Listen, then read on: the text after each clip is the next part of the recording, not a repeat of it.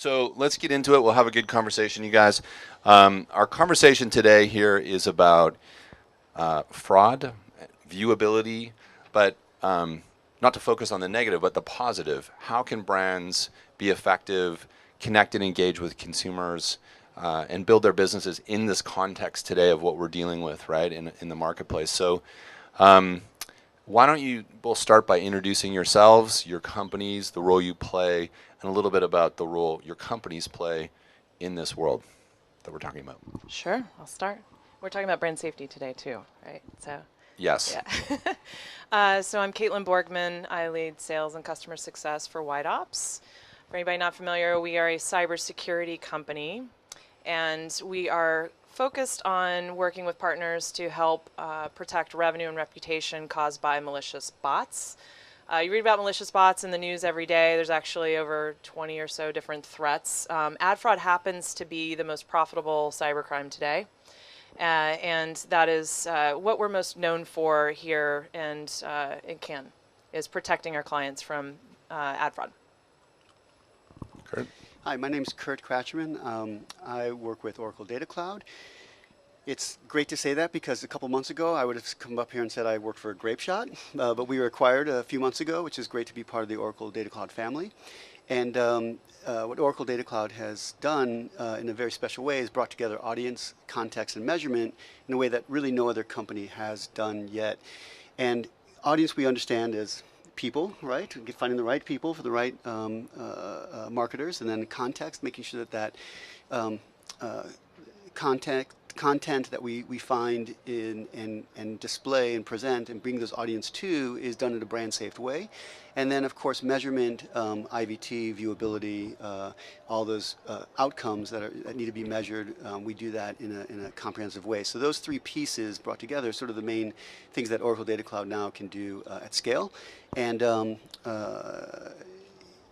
in terms of the role, I will certainly care about all the things around context, but I will probably evolve into a position to make sure that we do that in an integrated way between all the product suites, not representing just one. Great. A couple of sort of level-setting questions to start. We've been talking about fraud in the industry for a while. It's not a new thing. How big of an issue is this really? And Caitlin, maybe you can start. It's overhyped, it's been solved to some degree, people are scared for no reason, or, hey, actually, I don't want to let you know a big secret, but it's way worse than everybody thinks, and it's still hugely prevalent, or somewhere in between. Where are we at with the fraud issue overall? Yeah, so as I mentioned a moment ago, ad fraud actually is the most profitable cybercrime today. The good news is it can be addressed and contained in large part, so we'll start off on that as a positive note. I think one of the challenges though we have as an industry is that fraud is sort of put in this lineup with brand safety and viewability, other types of measurement challenges. But fraud in and of itself is actually a security issue. It's not a measurement issue. And so the last study that we've done, and what we've done, we do a bot baseline every year with the Association of National Advertisers. We've estimated it at $7.2 billion lost to fraud.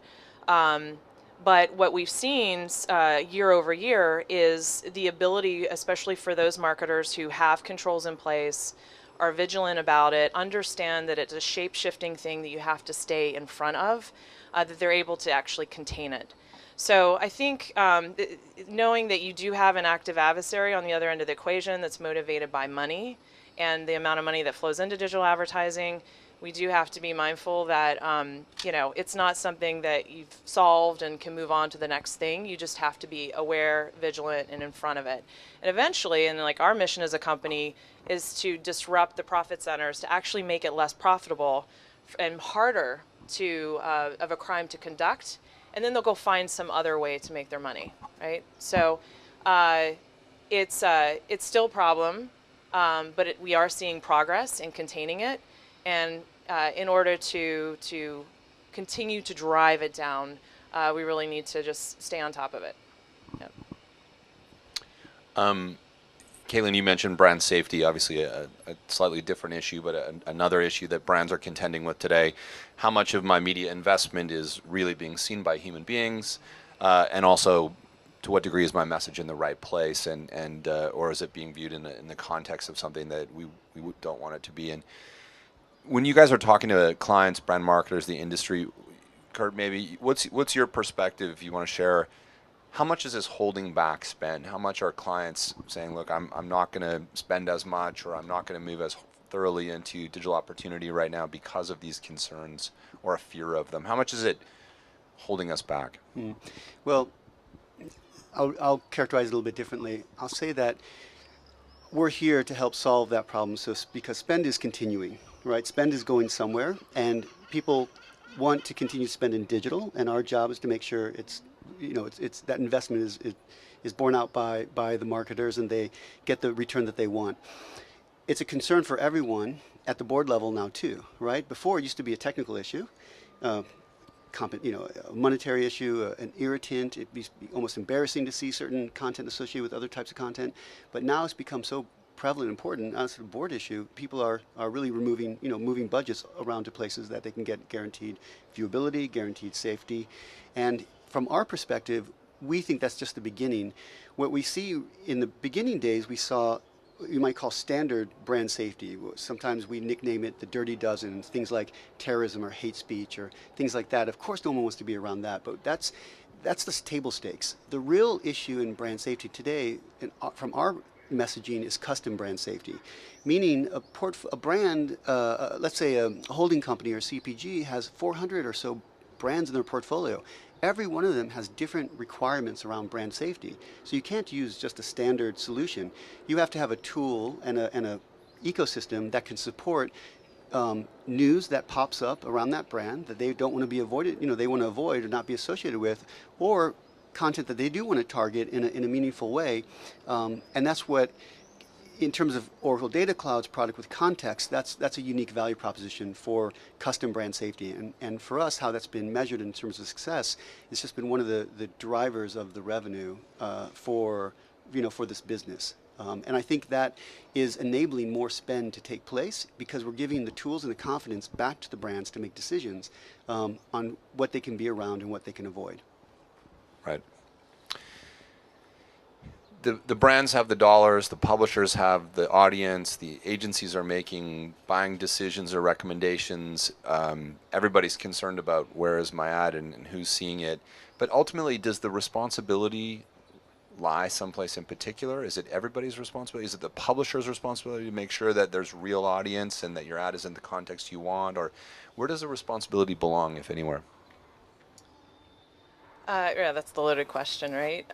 So you can say collectively, as an industry, there's responsibility. I mean, brands are and buyers are the mouth of the river, right? I mean, they fund this entire industry. So I think from a pressure standpoint, it's really important that especially come from that segment of our peer set. As far as actually policing it, we'll say with fraud, for example, blocking fraud. There are unique opportunities that DSPs have and SSPs, for example, to actually put tools in place to prevent fraud from even entering an auction. And we're seeing a lot of our clients, like the Trade Desk, for example, has made a real strong stand that they're going to remove fraud from even entering the auction itself to the benefit of their suppliers, or excuse me, their buyers and their suppliers too. Publishers, have a responsibility. There's still a lot of traffic that gets purchased to direct publishers, and a lot of times, it's traffic that is marketed as clean, but you may need to drive traffic to a certain sponsorship or certainly to pump up your viewership. And in those instances, these days it's hard not to know that source traffic is kind of a dangerous spot. So I think everybody has a place of responsibility, and because it happens in premium content, it happens in programmatic content, and if you're not paying attention, you don't, as a buyer, express a strong enough concern and vigilance over it. You run the risk of the people who are selling you inventory not taking accountability too. Well, I agree with everything you said. So, but the only thing I would add is, from our perspective, we've historically seen the DSPs because in the context aspect, mostly we're doing pre-bid and we're doing it at the demand side level. We also are integrated with supply sides and also at DMP level, but our publisher business has really spiked over the past 18 months around brand safety, and certainly I think that the leaning in publishers have taken a really proactive approach, and as a result, we can sort of measure that by the amount of business we're doing with publishers, where it used to be a small piece of our portfolio. It's grown quite a bit. Well, the press, some of our clients, the very high profile nature of certain brands being seen next to certain YouTube content, I sort of feel like the finger was pointed at YouTube on some level for the responsibility for how that shaped. So I guess, Kurt, that sort of supports your point that the publishers need to own it on some level, right? They do. We found the way that our business evolved is we mostly worked with the platforms of the agencies. And then brand safety became such a big issue that it overwhelmed some of the agencies, and they would start bringing us in more and more to go direct and speak to the brands directly. And through that education process, that's where custom brand safety started to really take root, and that's why it scaled up so much. The publishers are now doing the same thing because they're all talking to each other, saying we have to join arms and do this, and we need a standard approach to it.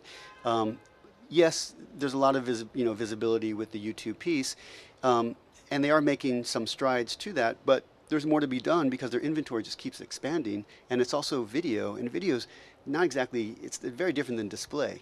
But one of the things that we've built is a product that we're launching that does crawl video in real time to address the brand safety issue, and we hope that YouTube will be interested in it, and that will help with some of these issues. One of the things that's obviously evolving in the business is new forms, right? So a world where you can buy a variety of different media, not just digital media from a programmatic perspective, addressable television, being serenaded.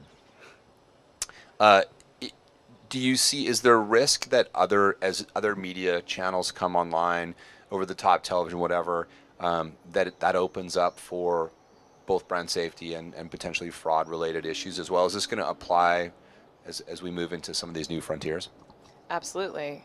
So again, going back, fraud is all about supply and demand and the financial opportunity for a cybercriminal. So as money shifts from one format to another, it presents an opportunity to make more money, right? So in a good example of that is if you just look, for example, at the desktop space, video in particular is 2 to 3 times more likely to be susceptible to fraud than display advertising.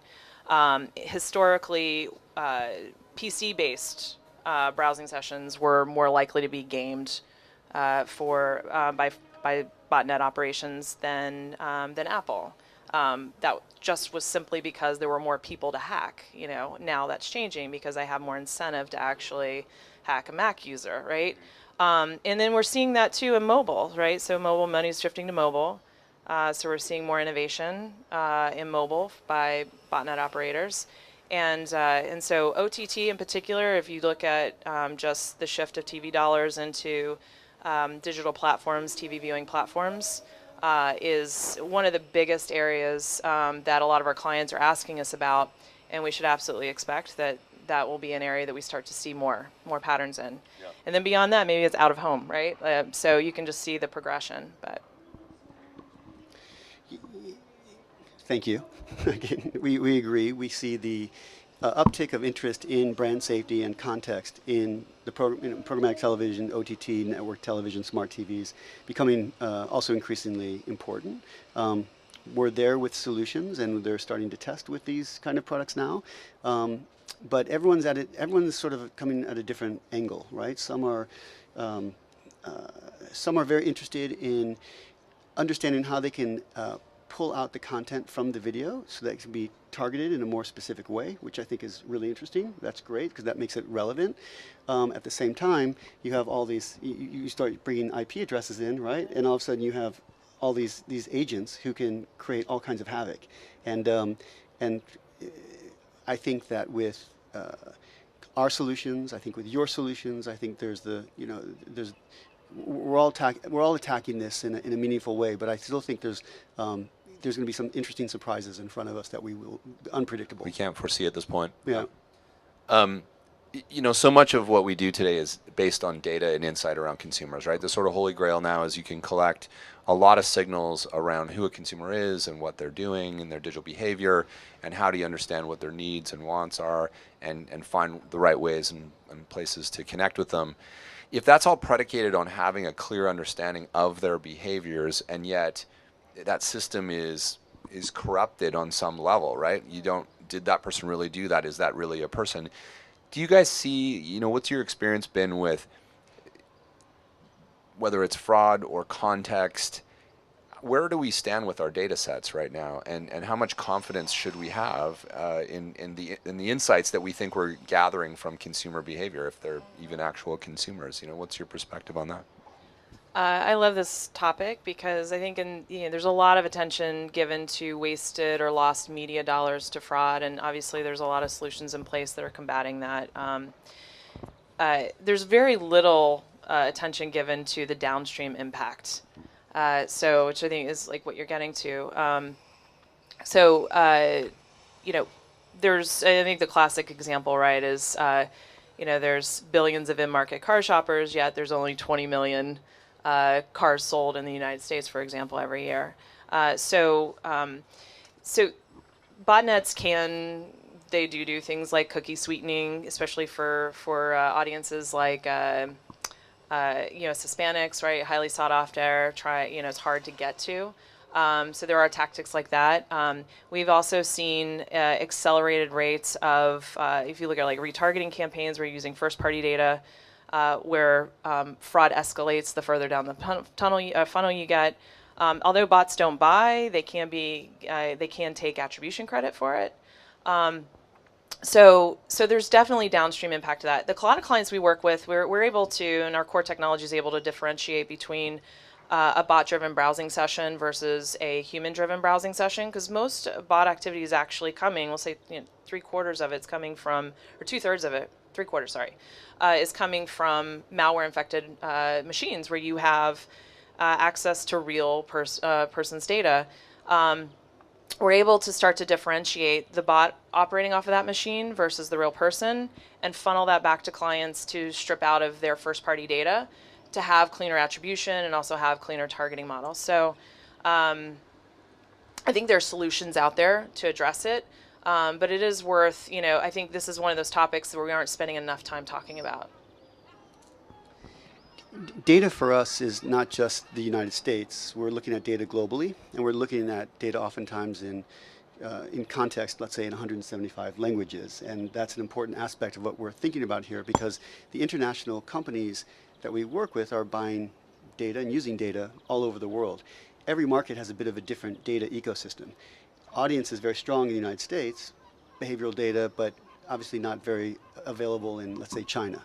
So there needs to be different tactics and different methods, and I think what we're seeing, while Oracle has always been very strong, the leader in audience data, because of GDPR, because of consent, because of other things, some of the cookie data has to be reevaluated, and the partners have to be reevaluated in an ongoing basis. And I think we have a very proactive approach to that, and so I think we're doing the right thing there. I think the nice thing about having context in this as the third leg of the stool is now we can backfill all of that cookie data with contextual, and contextual has always been around. It's just now getting a really hot, bright light on it, and they're really realizing the benefits of it because of the scale and because it's cookieless, and it's very efficient.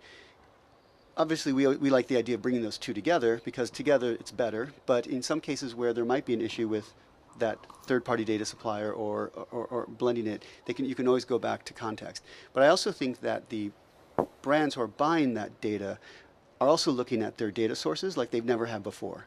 Just like they're looking at all kinds of issues around what we might call ad tech in ways that I find they're taking a much deeper interest in details, and really because there's legal implications, but also they're just trying to do right by their consumers, and that's really the right intent anyway. And we'll all respond to that accordingly. We'll make sure that we've got the best mix of products, and making sure that that data works for those particular brands. But we also, as a global company, we have to think about this in every market. A market by market context, right? Yeah, and that gets really both fascinating but also complicated. So if you're a brand marketer and you're looking to buy programmatically, you need a starting point. What are the data sets that are going to inform my choices about audience or segment? What would your advice be to brand marketers? Where do you need to start from a data set perspective? Well, you sort of alluded to this. When you look at the workflow of that, you do the planning, you look at lookalikes, you look at past performance, you look at it's typically by vertical, right? So if automotive will have very specific data sets around automotive audiences. And then you start building from there. But then you start doing your lookalikes, and then you start moving into the workflows when it actually starts to get executed. And I'll just refer to the programmatic space because I think that's where the most interesting innovation is taking place. If you ever spent time in a DSP going through an interface, clicking and selecting and drop down lists, and oh my gosh, how many choices do you have? You have 20 KPIs and 4,000 vendors. And then once you get into the searching or trying to discover what those segments are that are going to be useful to you, there must be 80,000 of them in some of these DSPs. It's unmanageable. Now, what I'm seeing with the major DSPs is how they're trying to simplify the decisioning to automate a lot of that. So they're optimizing that on your behalf, using the data that's in their platforms, but almost doing it in such a way that you go in, you put in your KPIs, and the segments will automatically surface up to you. That, I think, is what we're going to see in the next 12 months. So the reason I bring that up is because what your question was about what are the audience sets that you pick. I think we're seeing a lot of smart machine learning and smart AI, and just a lot of the strategies have now been automated against these data sets, because no one has the time to spend analyzing, like as a media planner, like we did before, right? It's too overwhelming. So I think we're seeing a lot of automation there, and my hope and the upside will be a lot simpler buying, but also a lot better performance. My perspective on that is just eliminate through buying through platforms that actually have full broad-stroked prevention systems in place, and then optimize against everything else. So The data set needs to be people to start with. well, here's the thing, so if you're buying through a DSP that, like, for example, use the Trade Desk, or AppNexus is another partner of ours, that is blanketing, actually cutting off all fraud through the bid stream. It doesn't matter whether it was a fraudulent data set to begin with. It's not going to serve an ad. So it becomes like neutral whether or not it was, a corrupt data, or whether it was simply being driven to or being served to or attempted to be served through a bot-driven browsing session. So.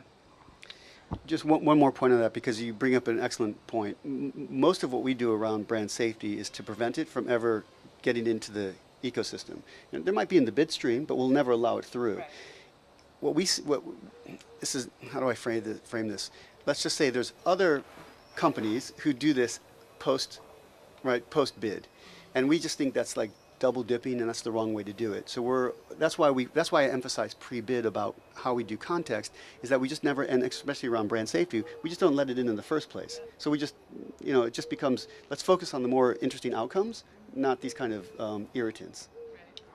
So when we talk about the concept of pre-bid, is that what you mean? Is essentially you never let the data that the consumers or the fraudulent data that you don't want to connect with into the stream at all? Is that what we mean by pre-bid? That's right. I can't control in a DSP environment what's in stream, but I can inspect it, I can score it, and those companies who use our data by using our brand safety tools it won't be allowed. And our decisioning is typically within 4 milliseconds. So pre-bid is obviously the pre-bid of that particular asset between the buyer and seller. And we just agree, and we give them the decisioning to say, no, we don't want to buy something that got scored this low, whatever their threshold set is. Yep. In a world where we have increasing complexity, devices, formats, content types. Is this getting harder for you guys and the platforms to manage because there's so much fragmentation of actually what we're talking about? That Caitlin, you mentioned the rise of mobile, or how is that impacting how we approach this and what the tools need to do ultimately?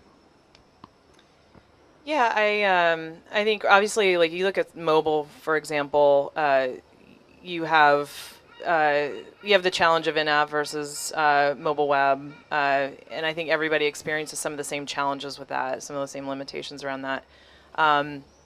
It's definitely an area for us at White Ops that we're spending quite a bit of time in R&D, working through custom SDKs for Android and iOS, to enhance those measurement.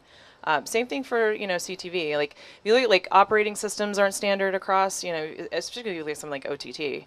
And the flip to that is it also makes it harder for bad guys, to standardize their botnet operations across it It's too. complex for the bad dudes as It well. is. Yeah. It is. But a lot of what you're seeing, or what we saw initially in mobile fraud, for example, was actually fraud that was operating out of mobile emulators on desktops, and that's kind of what we're seeing on OTT as well.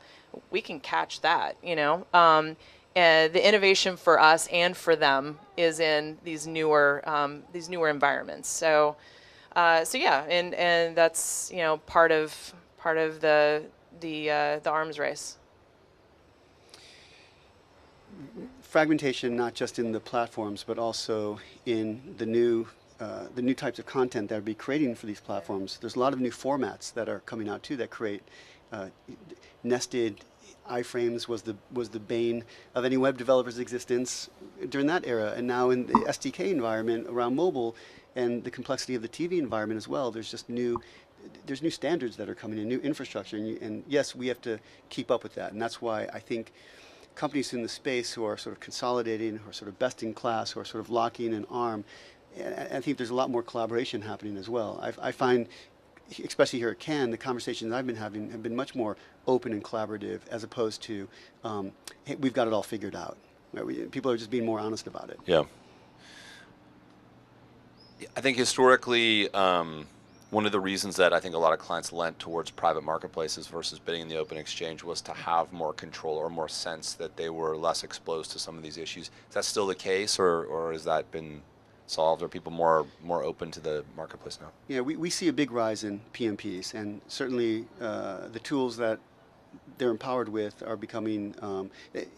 The premise behind a PMP, right, is to have a clear sense of who the suppliers are and a clear sense of who the buyers, and it's already pre-filtered and nice. But it's just not always perfectly that way, right? And so they still need similar tools around context or brand safety, other types of things, making sure that and also measurement around making sure that asset is viewable by a human, right, which is the goal. And so we see, even with PMPs on the rise, we see still the same types of demand. But we also see some PMPs that people were once only saying, I would only do a PMP. In some marketplace that are getting cleaned up, they're moving back into the open web because they want scale. Mm-hmm. And scale is becoming more important, especially with GDPR. And that constant shift of putting the toe in the water as the platforms are also cleaning up their space. Yeah, programmatic as a whole, like the wild wild west analogy or phrase that's used to be thrown around a lot still occasionally, was scrutinized to such great extent when it came to fraud and associating it with like being dangerous inventory. And so I saw, I remember two or 3 years ago going into clients who were like, we're only buying on PMPs, or we're only buying premium, right? We actually seen in the past year that PMPs can be up to 40% higher in actual fraud than actual programmatic landscape, because most SSPs and DSPs have been much more vigilant about cleaning up, built out teams, put in prevention, like with our partners, for example. So that it actually is created a safer environment, because again they're more vigilant about it, and you can squeeze any kind of inventory into a PMP too. So I think it just goes back to like being aware and and policing all aspects of your media buys. Yeah. Kurt, you talked about GDPR, obviously in place now for a couple of weeks. What are we seeing so far, and what's your sense for what that's ultimately going to impact this area? Well, it's been around. It's been on our radar for a long time, right? For some companies, it's a big tailwind. For those who do non-cookie type data and contextual data, obviously that's a big thing there. But obviously that's a small portion overall. The bigger story is where the choices of consent versus other types of acceptable forms of Opt-in. yeah, opt-in. And I think we all see it now, even on our phones and web pages, and what we're seeing we have to all, click again, right? Click, yeah, I accept. Okay, yeah, I'm going to read this again. Yeah. So we're going through that sort of phase. But the real issue is around the cookie pool and how that, the colloquial expression is, it's a swamp that's getting drained, right? And so we see certain that coming out, but we also are actually, we saw some media obviously go down, drop quite a bit, but we're also seeing it coming back really strong. And so I think we're getting through this sort of the first wave, and then the second piece of it that we're starting to look at is the legal aspect. There has to be some first moment where someone gets sued and a lawsuit goes out, and we smoke test or stress test the laws of GDPR.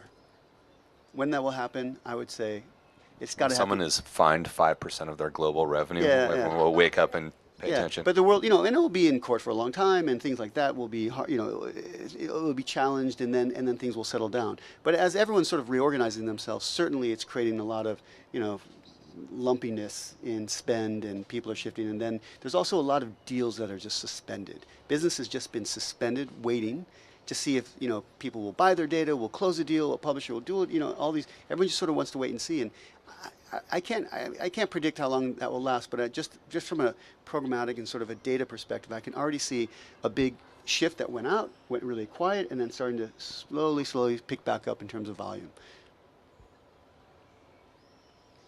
Yeah, we saw, we're sort of viewing from the sidelines here, so we did definitely see a drop in impressions measured for our detection clients, but we're seeing that climb up.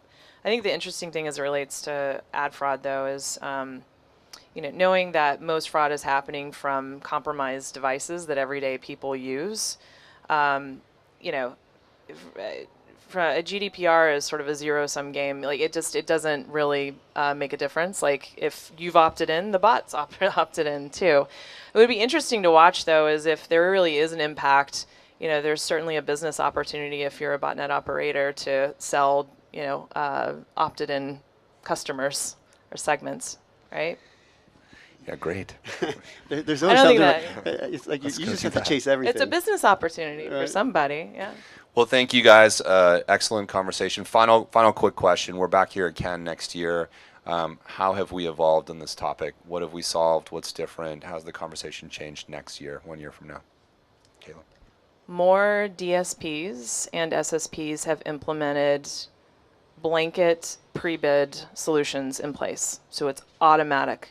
And for marketers, that just means that you're able to, and you can see the value, they'll pass through like the reporting so you can see what the demonstrated value of that is. And then as a marketer, you can just optimize to all the other things you care about. It's crazy to me that if you go into a programmatic platform today as a marketer, that you have the option to check a box to pay an incremental CPM to say whether or not you want fraud. Like it's just it should be automatic, and the cost shouldn't be incurred on the marketer to actually police that. Things like viewability, brand safety vary, as Kurt was just saying, that varies by client and by brands within a client. There's a hard line when it comes to fraud, and it can be solved. So that's what I hope to see. Great. Kurt? I think brands will take a zero tolerance policy towards safety, which sort of echoes that, because the brands are driving that. They don't want to pay for something that's just crazy, right, to opt into.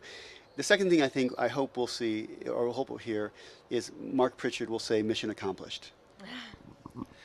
On that note, thank you both for joining here at the iCrossing Terrace. on Thursday as we wrap up Cannes. Really appreciate it. Great conversation. Thank you for both of your time. Thank you, Mike. Thank you.